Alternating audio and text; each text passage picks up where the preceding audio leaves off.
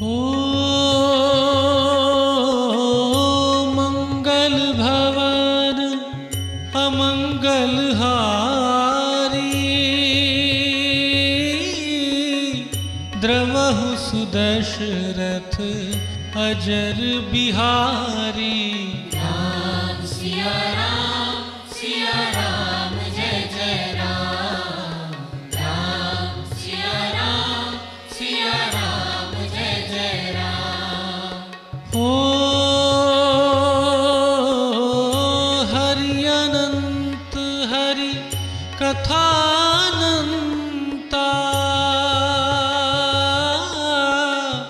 कहहि सुनहि बहु विधि सब संता। राम सिया राम जय जय राम। राम सिया राम जय जय राम। निर्जित्य दैवत गणान स इंद्रान स मरुद गणान, मरुतों को भी, मरुत कितने हैं 49 मरुतों को और देवों को, इंद्र को, सबको उसने जीत लिया था बलि ने। कारयामास तद्राज्यम त्रिषु लोकेषु विस्तृतः, और उसने तीनों लोकों के ऊपर अपना राज्य स्थापित कर लिया था। कितना महान होगा वो राजा, सोचो आप। केवल भारत के ऊपर ही एक छत्र राज्य स्थापित करना कितना कठिन है। आज तो लोकतंत्र का जमाना है, तो भी सभी स्टेट्स में केंद्र सरकार की सरकार नहीं है। कुछ स्टेट्स वाले स्वीकार नहीं करते हैं उसको।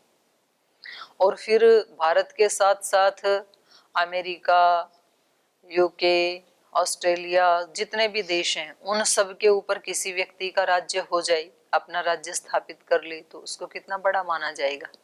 माने पूरी पृथ्वी के ऊपर जिसका राज्य हो, तो ये बड़े साहस की बात है। और पृथ्वी से भी बढ़कर के अंतरिक्ष और द्युलोक के ऊपर भी, दैवी शक्तियों के ऊपर भी जिसका राज्य हो, तो कितना महान होगा। तो इसने बहुत ज्यादा तप किया होगा ना, इसका मतलब कुछ चीजें तो इसको विरासत में मिल गई होंगी, क्योंकि दादा इतने बड़े भक्त थे प्रहलाद, तो उससे भी आता है किसका कहाँ जन्म होगा, तो ऐसी आत्माएं ही ऐसे कुलों में आती हैं, संबंधित कुलों में। तो इसके अंदर पहले से ही उन शक्तियों का बहुत ज्यादा तो वो विरासत में मिल गई होंगी। और विरोचन भी बहुत बड़े राजा थे जो प्रहलाद के पुत्र थे, धार्मिक भी थे, और उनके फिर बलि हुए, तो तीनों लोकों के ऊपर इसका राज्य था। इन्होंने देवताओं को भी खदेड़ दिया, इंद्र को भी खदेड़ दिया था, युद्ध में पराजित कर दिया था। जो भी तपस्या करेगा उसके पास शक्तियां आएंगी। तो देवता कभी कभी आलसी हो जाते हैं, और असुर यदि पुरुषार्थ करते हैं तो शक्तियां उनके पास चली जाएंगी। जो भी मेहनत करेगा उसके पास भगवान की शक्तियां, क्योंकि वो भगवान से मांग लेगा, तो भगवान कैसे मना करेंगे कि देवता तो सोए हैं तो भी उनको दूंगा मैं, और आपने पुरुषार्थ किया, तपस्या की, तो भी आपको नहीं दूंगा, ऐसा तो नहीं कह सकते हैं ईश्वर, क्योंकि दोनों ही ईश्वर की ही संतान है, प्रजापति की ही संतान है दोनों। तो जो भी तप करेगा उसको मिलेगा। तो बलि ने इतनी तपस्या की कि इसने तीनों लोकों के ऊपर अपना राज्य कायम कर लिया। अब आप सोचो, तीनों लोकों के ऊपर राज्य करने वाला बलि, और फिर तीनों लोकों से 2 लोक पे, 1 लोक पे, 1 लोक से 1 देश में घटता चला गया ना, और एक देश से फिर एक प्रांत में, एक प्रांत से एक जिले में, डीएम आदि एक जिले के राजा होते हैं, एक जिले से फिर एक गांव में राज्य करने वाला सरपंच, फिर एक मोहल्ले में राज्य करने वाला पंच, एक घर में राज्य करने वाला। नहीं चलता है घर में राज्य, एक व्यक्ति का नहीं चलता है, वो कहने के लिए होता है घर का बड़ा। और एक परिवार से भी फिर अपने एक अस्तित्व पे राज्य करना, अपने मन पे, बुद्धि पे, इंद्रियों पे। यहाँ तो अपने ऊपर राज्य करने में लाले पड़ रहे हैं, हाँ, अपने ऊपर नहीं हो पा रहे। इन्होंने 3 लोक के ऊपर राज्य किया, तो ये बड़ी बात है। तो इन्होंने दैवत गणान स इंद्रान, इंद्र सहित मरुतों सहित सबको निर्जित्य, सबको जीत करके, त्रिषु लोकेषु तद राज्यम कार्यामास विश्रुतः, सुना जाता है कि उन्होंने तीनों लोकों के ऊपर अपना राज्य कायम कर लिया था। यज्ञं चकार सुमहान् सुरेन्द्रो महाबलः, बलेस्तु यजमानस्य देवः साग्ने पुरोगमः, समागम्य स्वयं चैव विष्णुम् ऊचो अरिहाश्रमे, बलि वैरोचनी विष्णो यजते यज्ञमुत्तमम्, असंप्राप्तव्रते तस्मिन् स्वकार्यम् अभिपद्यताम्, ये चैनम् अभिवर्तन्ते याचितार इतस्ततः, यच्च यत्र यथावच्च सर्वं तेभ्यः प्रयच्छति, सत्वं सुरहितार्थाय माया योगम् उपाश्रित, वामनत्वं गतो विष्णु कुरु कल्याणमुत्तमम्, एतस्मिन्नन्तरे राम कश्यपोऽग्निसमप्रभ, आदित्या सहितो राम दीप्यमान इवोजसा, देवी सहायो भगवान् दिव्यं वर्षसहस्रकं, व्रतं समाप्य वरदं तुष्टाव मधुसूदन। हाँ, ये यहाँ गए ना, महर्षि कश्यप की पत्नी है अदिति, तो ये महर्षि कश्यप के ही पुत्र थे वामन और माता अदिति। यज्ञम चकार सुमहान, सुरेंद्रो महाबल है, तो फिर ये जो महान बलवान बलि राजा थे, इन्होंने इसको कहा, क्या कहा, सुरेंद्र, सुरों का भी इंद्र, सुर माने देवता, देवताओं का भी जो इंद्र बन गया। तो इससे भी ये पता लग रहा है कि इंद्र किसी व्यक्ति का नाम नहीं है, इंद्र एक पदवी का नाम है। जैसे देश में जो भी व्यक्ति, जैसे सीएम एक पदवी का नाम है, तो कोई भी व्यक्ति राज्य में ज्यादा वोट लेकर के सीएम बन जाएगा, तो चेंज होते रहते हैं ना, सीएम पीएम भी चेंज होते रहते हैं, ये पदवी के नाम है, तो किसी व्यक्ति का नाम नहीं है। तो उस पे अनेक अनेक व्यक्ति आए, अभी हैं, आगे भी आएंगे। तो ऐसे ही ये देवताओं के जो राजा हैं इंद्र, ये भी एक पदवी का नाम है। तो कई बार पुराणों में कंफ्यूज हो जाते हैं व्यक्ति कि इंद्र, उसकी पत्नी, उसकी बेटी, ये कैसे हुआ, वो उस काल में, ये इस काल में, ऐसे हो जाता है। तो ये एक पदवी का नाम है, तो इसलिए यहाँ बलि को यहाँ सुरेंद्र कहा है। यज्ञम चकार सुमहान, सुरेंद्र महाबली, उस महाबली सुरेंद्र ने सुमहान यज्ञम चकार, महान यज्ञ किया। तो ये बड़ी बात है, क्योंकि दैत्य होकर के महान यज्ञ करना, दैत्य तो खाने पीने में लगे रहते हैं, तीनों लोगों के ऊपर राज्य स्थापित करने के बाद, देवताओं को भी जीतने के बाद, और उसने कोई मौज मस्ती नहीं की, भोग विलास नहीं किया, महान यज्ञ किया। तो ये प्रहलाद से आ रहे हैं गुण, उसके दादा से आ रहे हैं उसके अंदर, और खुद भी इतना तो संयमी और पुरुषार्थी, तभी तो 3 लोक के ऊपर राज्य स्थापित किया। बलेस्तु यजमानस्य देवा सग्नि पुरोगमा, तो जब वो यज्ञ में लगे हुए थे, बलेस्तु यजमानस्य देवाः, तो कह रहे हैं वहां पर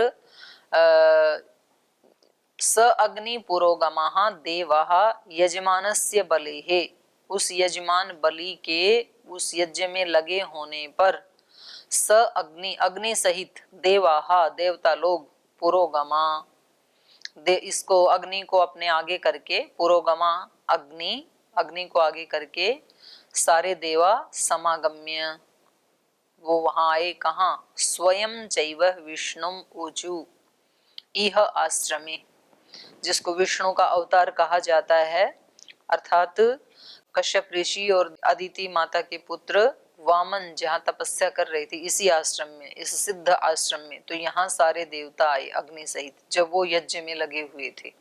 क्योंकि इनको ये लग रहा था कि तीनों लोकों पे तो इसने राज्य कर लिया, और अब इतना महान यज्ञ, वो क्या कर रहे थे, 100 अश्वमेध यज्ञ कर रहे थे, और 100 के 100 अश्वमेध यदि उनके पूरे हो जाते, तो वो फिर देवों को, मतलब बिल्कुल ही वो निस्तेज करके ना, उनको और ज्यादा वो बलिष्ठ हो जाता। 3 लोक से ऊपर राज्य तो कहाँ करेगा, तो सारे तो लोग पूरे हो गए 3 लोकों में, तो वो उसकी शक्तियां और ज्यादा बढ़ जाएंगी। तो ये खतरा था देवों को।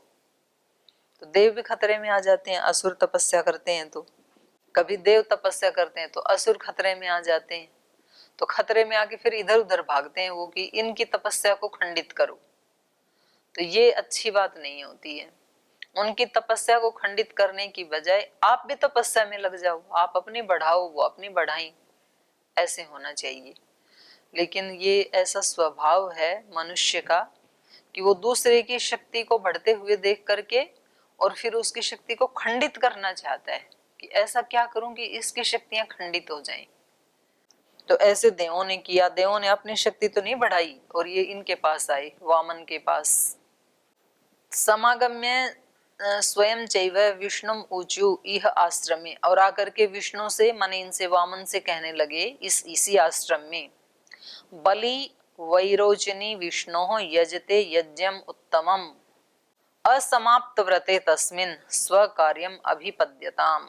इन्होंने देवताओं ने आके कहा कि हे विष्णु, वैरोचनी बलि, विरोचन के पुत्र जो बलि हैं, वो उत्तमम यज्ञम यजते, इस समय उत्तम यज्ञ कर रहे हैं, 100 अश्वमेध यज्ञों का अनुष्ठान कर रहे हैं।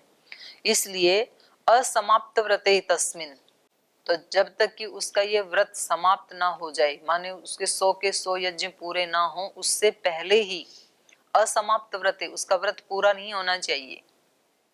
पूरा हो गया तो वो अजेय हो जाएगा, फिर कभी भी जीता नहीं जाएगा हमारे से।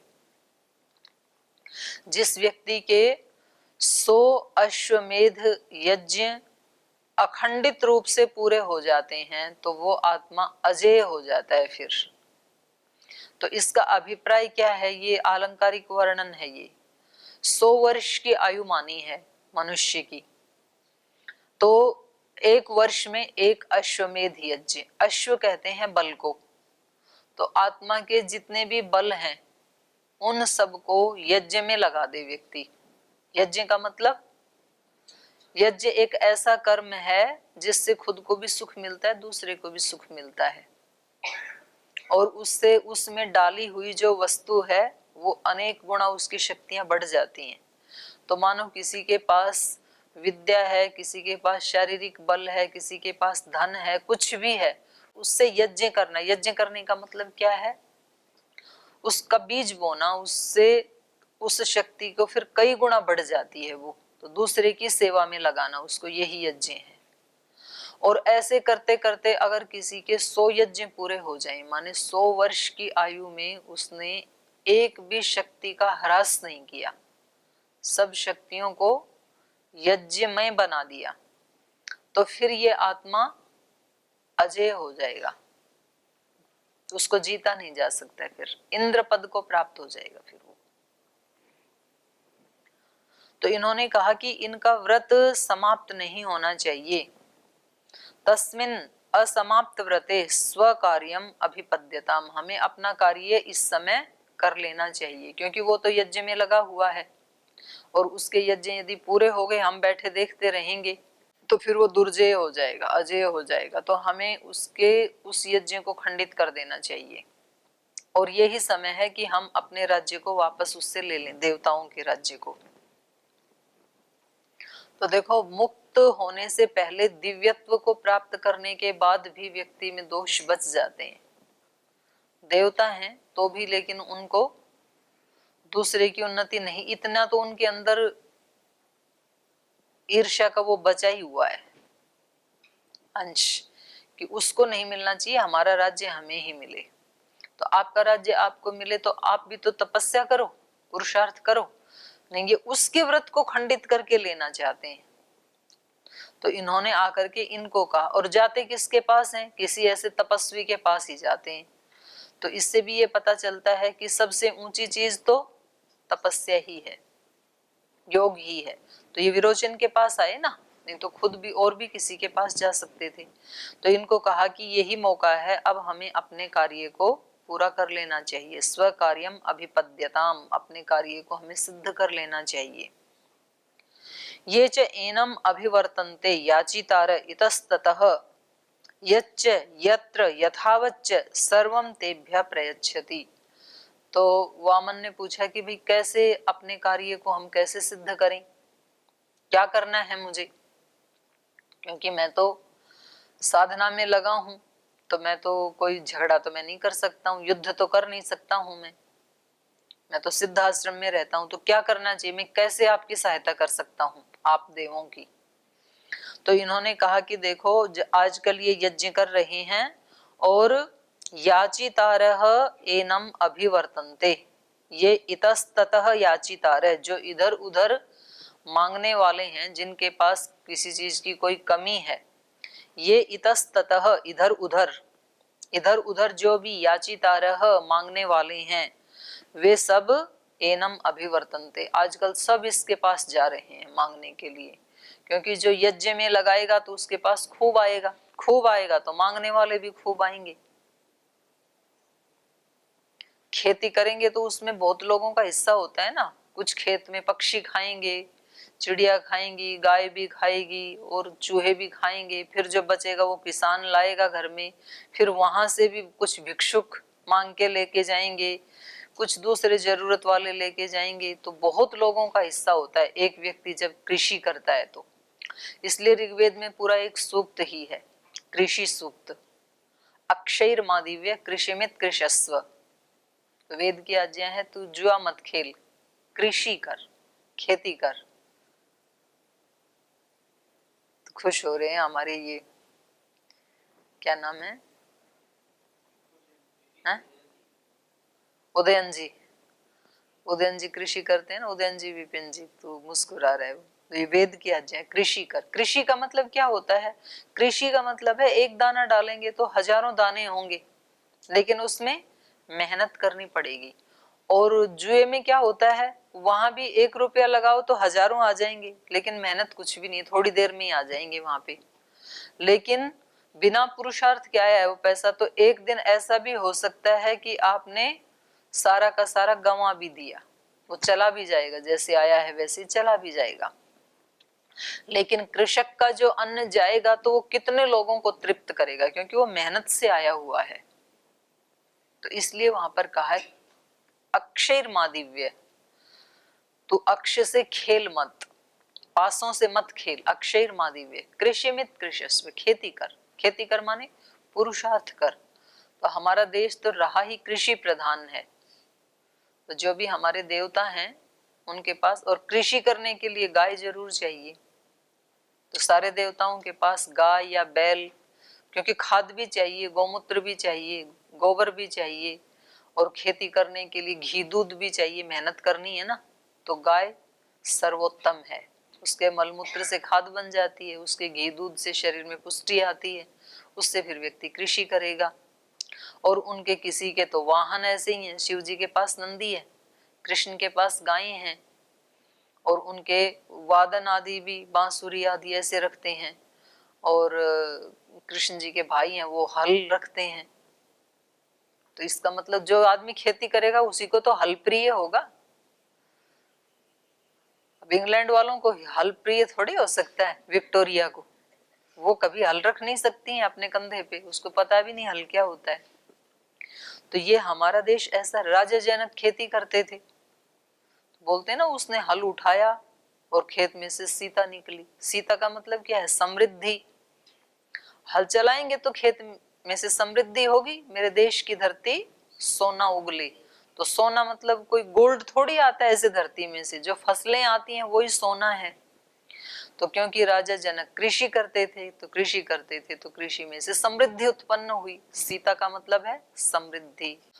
तो जो भी समृद्ध होगा उसके पास फिर मांगने वाले भी आएंगे। याचितार इतस्ततः याचितार एनम अभिवर्तन्ते। देवताओं ने विरोचन से जाके कहा कि आजकल जिसको जिस चीज की जरूरत है, जो भी मांगने वाले हैं, वो सब आजकल इसके पास आ रहे हैं, हमारे पास तो कोई आता नहीं। तुम्हारे पास कौन आएगा, तुमने तो अपना राज्य गंवा दिया, तो तुम्हारे पास कौन आए खाली के पास।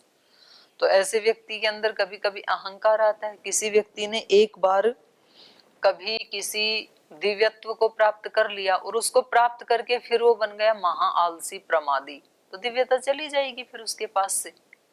और जो भी आज उस दिव्यता की उपासना कर रहा है उसके पास आ जाएगी दिव्यता। तो इसलिए तो बोलते हैं लक्ष्मी किसी के यहाँ पीढ़ा डाल के नहीं बैठती है, चौकी डाल के नहीं बैठती, घूमती रहती है। जो उसका पात्र बनेगा उसके पास चली जाएगी। तो फिर उनके अंदर वो अहंकार और वो मरोड़ बच जाती है। जो पहले दिव्य थे ना, हमारे से बिना पूछे कैसे कर लिया, मतलब पूरे कामों के ऊपर कंट्रोल हमारा रहेगा और करना कुछ है नहीं, तो फिर कितने दिन रहेगी वो लक्ष्मी फिर रहती नहीं है वहां पे। तो बोले देवता तो हम तो लोगों को हमारे पास मांगने के लिए आना चाहिए ना, और हमारे पास तो आते नहीं, सब बलि के पास जाते हैं। अरे तो तुमने तो अपना ही राज्य खो दिया, तुम्हारे पास क्या आए निकम्मो। अपनी दिव्यता को खोए बैठे हैं और फिर भी मतलब बलि से ईर्ष्या कर, बोल सब बलि के पास जा रहे हैं मांगने के लिए। तो इस बात से वो परेशान होकर के विरोचन के पास गए। और विरोचन जो बेचारे सिद्ध महात्मा हैं, दैवी शक्तियों से संपन्न है, उसको और मंगता बना दे रही हैं। तो गलत काउंसलिंग नहीं सुननी चाहिए किसी की भी, जो ऐसी ऐसी काउंसलिंग करते हैं, क्योंकि उनकी काउंसलिंग सुन करके वामन का मतलब होता है छोटा, तो वो छोटा ऐसे कोई शरीर में छोटा, वामन से ही फिर बोना बन गया ना, बोना कहते हैं जिसको, तो वो उसका संस्कृत में उसको वामन कहते हैं। तो आदमी हाइट से छोटा बड़ा नहीं होता है, मांगने से छोटा होता है और देने से बड़ा होता है। देवता बड़े क्यों हैं? क्योंकि वो देते हैं, पर वो भी यदि मांगने पे उतर आए तो वो छोटे ही हो जाते हैं। तो ये आश्रम में रहते हैं, विष्णु के अवतार हैं, लेकिन जब ये भी ऐसे तपस्वी के पास मांगने के लिए चले गए तो ये क्या बन गए? वामन, छोटे बन गए फिर। तो मांगने वाला हमेशा छोटा होता है। और हम क्या करते हैं? पूरे दिन कटोरा हाथ में रखते हैं, किसी से प्रीति चाहिए, दूसरे से सम्मान चाहिए, दूसरे से बड़ाई चाहिए। कोई दूसरा हमें कह दे कि आप बहुत अच्छे हो, तब तो हम बहुत अच्छे हैं। और यदि दूसरा कह दे कि तुम तो बिल्कुल बेकार हो, नालायक हो एकदम से, तो फिर हम अब ऐसा ही मान के परेशान हो जाते हैं कि हम तो वास्तव में बेकार हैं। तो जब जब लेने का भाव होता है किसी से, चाहे वो प्रीति लेनी है, चाहे सम्मान लेना है, चाहे वाह लेनी है, कुछ भी लेना है, तो हमें चेक करते रहना चाहिए अपने आप को, आज के दिन में कितना लिया और कितना दिया, हिसाब किताब। शाम को केवल मात्र मंत्र बोलने से थोड़ी संध्या होती है, मंत्र तो रोज ही बोलते हैं, पर आज किया क्या उसका हिसाब किताब भी तो रखो, ये भी संध्या का ही पार्ट है। आज सुबह से शाम तक कितनी बार लेने का भाव आया और कितनी बार देने का आया, कितना लिया लोगों से, ऋण है वो हमारे ऊपर, और कितना दिया, ये कर्तव्य है हमारा। तो मांगते समय ये देवता, इनके पास कुछ है नहीं, मांगने कौन जाएगा? जिसके पास कुछ नहीं होगा। और देगा कौन? जिसके पास बहुत कुछ होगा। तो बलि, क्योंकि वो पुरुषार्थी हैं, क्योंकि वो तपस्वी हैं, क्योंकि वो यजन कर रहे हैं, 100 अश्वमेध का अनुष्ठान कर रहे हैं, तो सभी मांगने वाले चारों तरफ से उनके पास आते हैं। श्रद्धेय स्वामी जी महाराज एक छोटे से घर से निकल के आए, बिल्कुल गरीब परिवार से, अनपढ़ माता पिता के यहाँ से, लेकिन उस व्यक्ति ने इतना तप किया, इतना पुरुषार्थ किया, तो चारों तरफ से समृद्धि उनके पास आई। तो आज चारों तरफ से लोग उनके पास मांगने के लिए आते हैं। किसी को धन चाहिए, किसी को काम चाहिए, किसी को ये करवाना है, वो करवाना है, सभी आएंगे। जिसके पास होगा तो सब मांगने आते हैं। तो व्यक्ति को सोचना क्या चाहिए कि भगवान मुझे सबसे मिले, ऐसा मत बनाना, मैं सबको दे सकूं, ऐसा बनाना। तो सारे दिन ये प्रार्थना और ये शिकायतें नहीं करनी चाहिए कि मेरे को तो ये भी प्रेम नहीं करते, ये मेरा सम्मान ही नहीं करते, ये मेरे को कुछ समझते नहीं, मैं वरिष्ठ हूँ, ये मेरे को वरिष्ठ मानते ही नहीं है, मैं गुरु हूँ, मैं आचार्य हूँ, मैंने इतनी डिग्रियां ली हैं, ये दूसरे आए, ये तो 10वीं 12वीं पास करके आए हैं। ऐसा नहीं सोचना चाहिए व्यक्ति को। इनसे मुझे मिले नहीं, मैं इनको दूं, ऐसा मुझे बनाना भगवान जी। और जब जब दुखी होते हैं तो आप चेक करना, कोई ना कोई डिमांड थी हमारे अंदर और वो पूरी हो नहीं पाई, इसलिए कष्ट हो रहा है। तो डिमांड को ही हटा दो ना, उस व्यक्ति को क्रिटिसाइज करने की बजाय अपनी कामना को ही हटा दो। तो इन्होंने क्या किया, देवताओं ने इन्होंने जाकर के वामन से कहा कि इतस्ततः ये याचितारह, जो भी याचक हैं, मांगने वाले हैं, एनम अभिवर्तन्ते, सब आजकल इनके पास आ रहे हैं। यत च, जो कोई, यत्र च, जहां कहीं, यथावत च, कैसे भी, सर्वम तेभ्य प्रयच्छति, ये सबको देता है। कोई भी व्यक्ति आ जाए, यत च, कोई भी, अमीर गरीब, ऊंचे कुल वाला नीचे कुल वाला, कोई भी आ जाओ इसके पास, सर्वम तेभ्य प्रयच्छति, ये सब कुछ उनको देता है।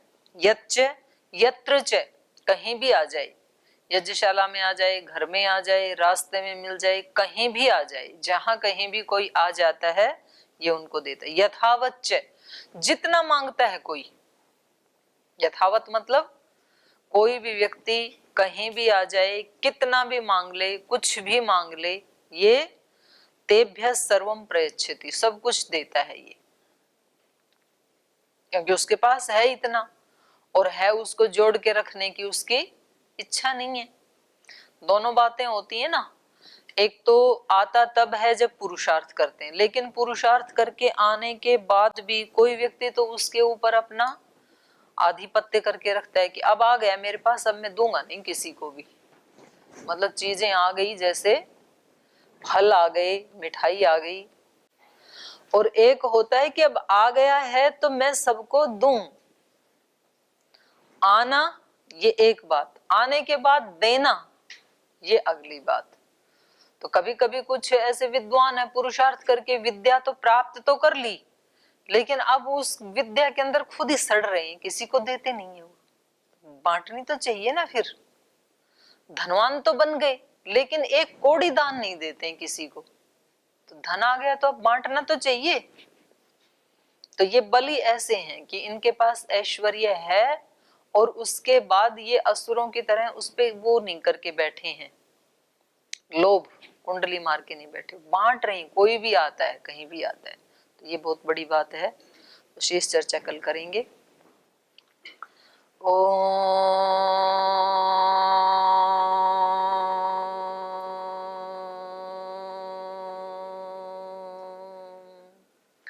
शांति शांति शांति।